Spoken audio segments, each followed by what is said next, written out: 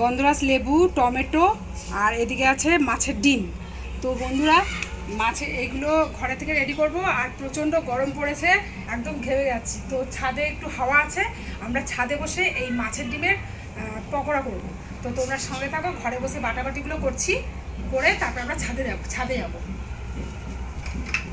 এই গোটা জিরে, গোটা ধনে, আদা, রসুন আর মশলাগুলো রেডিও করা হয়ে গেছে। এগুলো আমি এখন একটু বেটে নেব।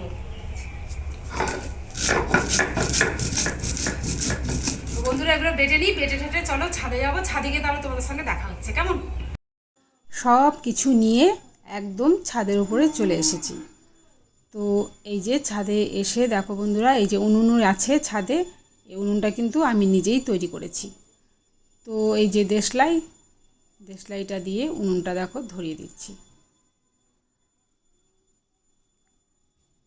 কিছু কাঠ সংগ্রহ করেছি, এই যে চিকচিকি, এই চিকচিকি বা প্লাস্টিক কাগজ, এটা পুড়িয়েও ফেলা হবে, আবার এদিকে এটা দিয়ে আমার উনুনটাও দেখো একদম ধরে যাবে।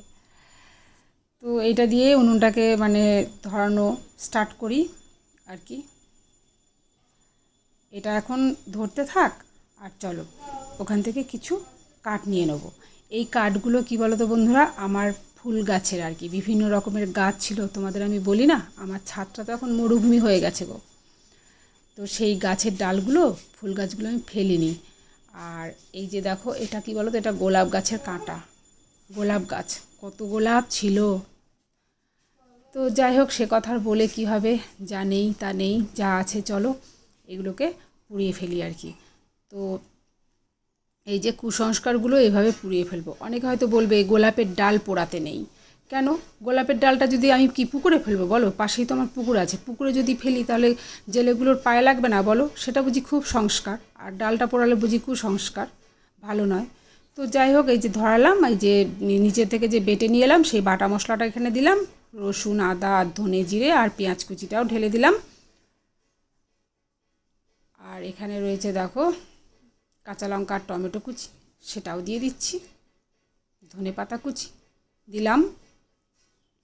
এবার হাতে করেই মাখবো। দেখো সেই ছেলেবেলার কথা মনে পড়ছে, জানো তো, এইভাবে ফিস্ট খেতাম না, তো সেভাবেই মাখছি। লবণটাও দিলাম, হলুদ দিলাম, আর লঙ্কা গুঁড়ো, এটা আমার ঘরেই আর কি নিজে হাতে করে রাখি। বাজারের গুঁড়োটা আমি সচরাচর কিনতে চাই না, কেননা ওটা কেমন বোটা পোটা সমেত কেমন কালো কালো হয়, আর এটা কত সুন্দর রং দেখো নিজে হাতে তৈরি করলে। তো এইভাবে মাখাচোখা করে নিলাম, বেশ সুন্দর করে মাখতে হবে জিনিসটা। আর এইদিকে দেখো উনুনটাও আমার ধরে গেছে, কি ভালো লাগছে না? আমার তো খুব ভালো লাগছে, একদম প্রকৃতির মধ্যে বসেছি, সবুজ সবুজ গাছ, আম গাছ। দুঃখের বিষয় এবার আম হয়নি গাছে, 2-4টে হয়েছে একটি ডালে মাত্র।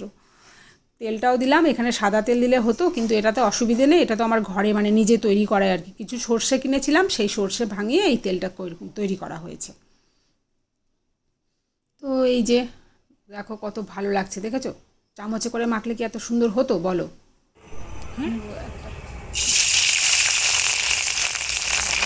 এমন ছেড়ে ছেড়ে যাচ্ছে, দেখো আমি কর্নফ্লাওয়ারটাই আনিনি, আসল জিনিসটাই আনতে ভুলে গেছিলাম, কি বলবো বলো তো। তো এই যে দেখো কর্নফ্লাওয়ার আর চালের গুঁড়োটা নিয়ে এলাম আবার নিচে, কতবার যে নিচে যাচ্ছি, ছোট ছোট জিনিসগুলোই ভুলে যাচ্ছি। আসলে এত গরম পড়েছে, এই গরম থেকে মুক্তি পাওয়ার জন্যই একটু হাসি খুশি থাকছি আর কি, বুঝলে তো বন্ধুরা?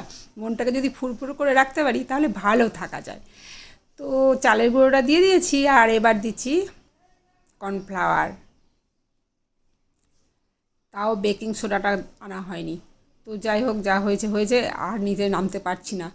তো এই যে এটাকেও ভালো করে মিশিয়ে নিলাম, দেখো মেশানোর পরে এরকম হয়েছে, দেখেছো? আসল জিনিসটাই ভুলে গেছি। আর ওই যে বড়াটা দিয়েছিলাম সেটা একটুখানি তুলে রাখছি পাশে আর কি, কড়াটা নামিয়ে রেখেছিলাম। তো এই যে বসিয়ে দিলাম কড়া। এবার দেখো, দেখেছো? এবার দেখো সেই ছাড়া ছাড়া যে দেওয়ার সঙ্গে সঙ্গে যে ছড়িয়ে যাচ্ছিল, সেই বিষয়টা কিন্তু হচ্ছে না, কত সুন্দরভাবে এবার দেখো হচ্ছে পকোড়া। তো একটু নাড়াচাড়াও করে নিচ্ছি, উল্টে পাল্টে দিচ্ছি।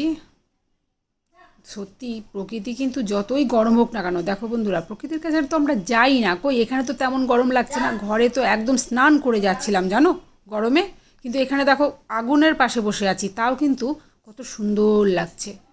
তাহলে এখানে তো আরও বেশি গরম লাগা উচিত। আমি তো গরমের কাছে বসে আছি, আগুনের কাছে, কই সেরকম গরম লাগছে না। তো প্রকৃতি মাতা ঠিকই থাকে জানো তো। আমরা পদে পদে প্রকৃতি মাতাকে কি করে দিই জানো তো, যার কারণে আমাদেরই ভোগান্তি হয়। প্রকৃতি মাতা কিন্তু তার জায়গাতেই আছে, আমরাই ওলট পালট করে দিই সব কিছু জানো তো বন্ধুরা। তো যাই হোক, এই যে বড়াটা ভাজছি, এবার একটু গাছের জল দিতে যেতে হবে, কেননা জল আবার চলে যাবে। গাছগুলোর কি অবস্থা, একটু জল না দিলেও হয় না, যা রৌদ্র পড়েছে। হ্যাঁ, সকালে বিকেলে জল দিয়ে দিয়ে গাছগুলোকে বাঁচিয়ে রাখছি জানো তো। তো কি এত জোরে ধরেছে কাঠগুলো আসলে এই দেখো পড়েও গেছে একটা, এত মানে শুকনো কাঠ তো, শুকনো শুকনো ডাল, ওই জন্যই এত জোরে ধরেছে। আর দেখো এগুলো তো হয়ে গেছে, কিন্তু এটা যে নামাবো সে প্লেটই আনিনি, বললাম না খালি ভুলে যাচ্ছি।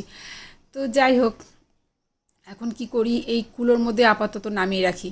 আর কলা পাতা নেই জানো তো, এই যে ছোটো ছোটো বিষয়গুলো হলেই না কিছু কিছু মানে আমার শুধু গ্রামের কথা মনে পড়ে। গ্রামে আমার কলা গাছ এখন কেটে নিয়ে এসে কী সুন্দর রাখতাম।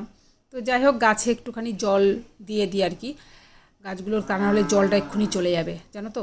আর কি বলো তো বন্ধুরা, এখানে না ওই পাশে কোথায় একটা মিটিং বা কিছু একটা হচ্ছিল, সেই কারণে সেখানে এত জোরে গান বাজছিল, যার কারণে আমাদের যে বৌমা আছে, মানে পাশের বাড়ির বৌমা আছে আমার সাথে, ওই ক্যামেরা ট্যামেরা এইসব করে দিচ্ছে।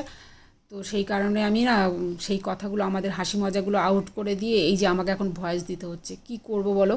তো জল দেওয়া হয়ে গেল, কলটা পেতে রাখি। এখন চলো আমি প্লেটটা নিয়ে আসি। জলটা চলেও গেল, দেখো দেখেছো তো, জল চলে গেল।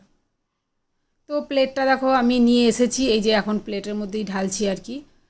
এই যে এই প্লেটটাও না আমার একটা ভীষণ মানে সাংঘাতিক একটা স্মৃতি বন্ধুরা, কি বলবো, দুঃখের বিষয় আজকে এই প্লেটটা না ফেটে গেছিলো জানো তো। ঘরে রেখেছি আর চড়াত করে ফেটে গেল। তো যাই হোক, আর কি বলবো, স্মৃতি নিয়েই চলা মানুষ, আমার জীবন ওই স্মৃতি নিয়ে।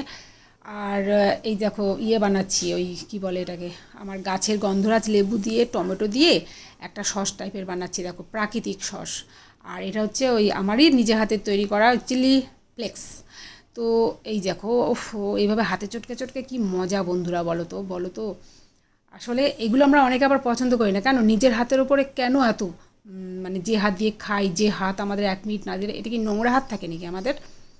নিজের উপর ভরসা নেই আসলে আমাদের জানো তো। এটা যদি চামচে করে মাখতাম তাহলে কি ভালো লাগতো খেতে, দেখো তো কত মজা করে আমি খাচ্ছি। আমার বয়স দিতে দিতে জিভে জল চলে আসছে, এত সুন্দর সেন্ট না। আসলে গন্ধরাজ লেবুটা আমার বাড়ির একদম অরিজিনাল গন্ধরাজ, গন্ধরাজের মধ্যে কিন্তু আবার অনেক রকম ভেদাভেদ থাকে, এটা অরিজিনাল গন্ধরাজ, তো এত সুন্দর সেন্ট। আর দেখেছো কত সুন্দর কালারটা এসেছে, দেখো। এই যে এটা হচ্ছে বৌমাকে বললাম তুই একটু খা, খেয়ে দেখ।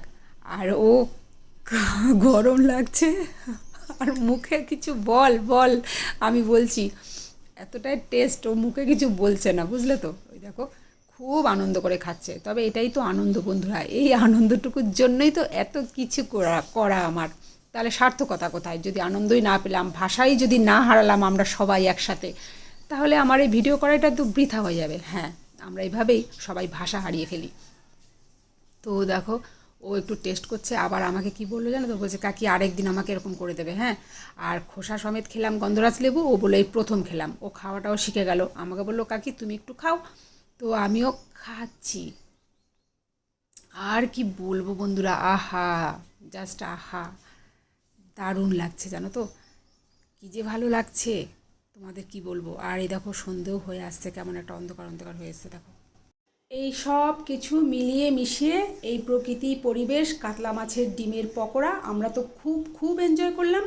তোমাদের কেমন লাগলো তোমরা অবশ্যই জানাবে, কেমন।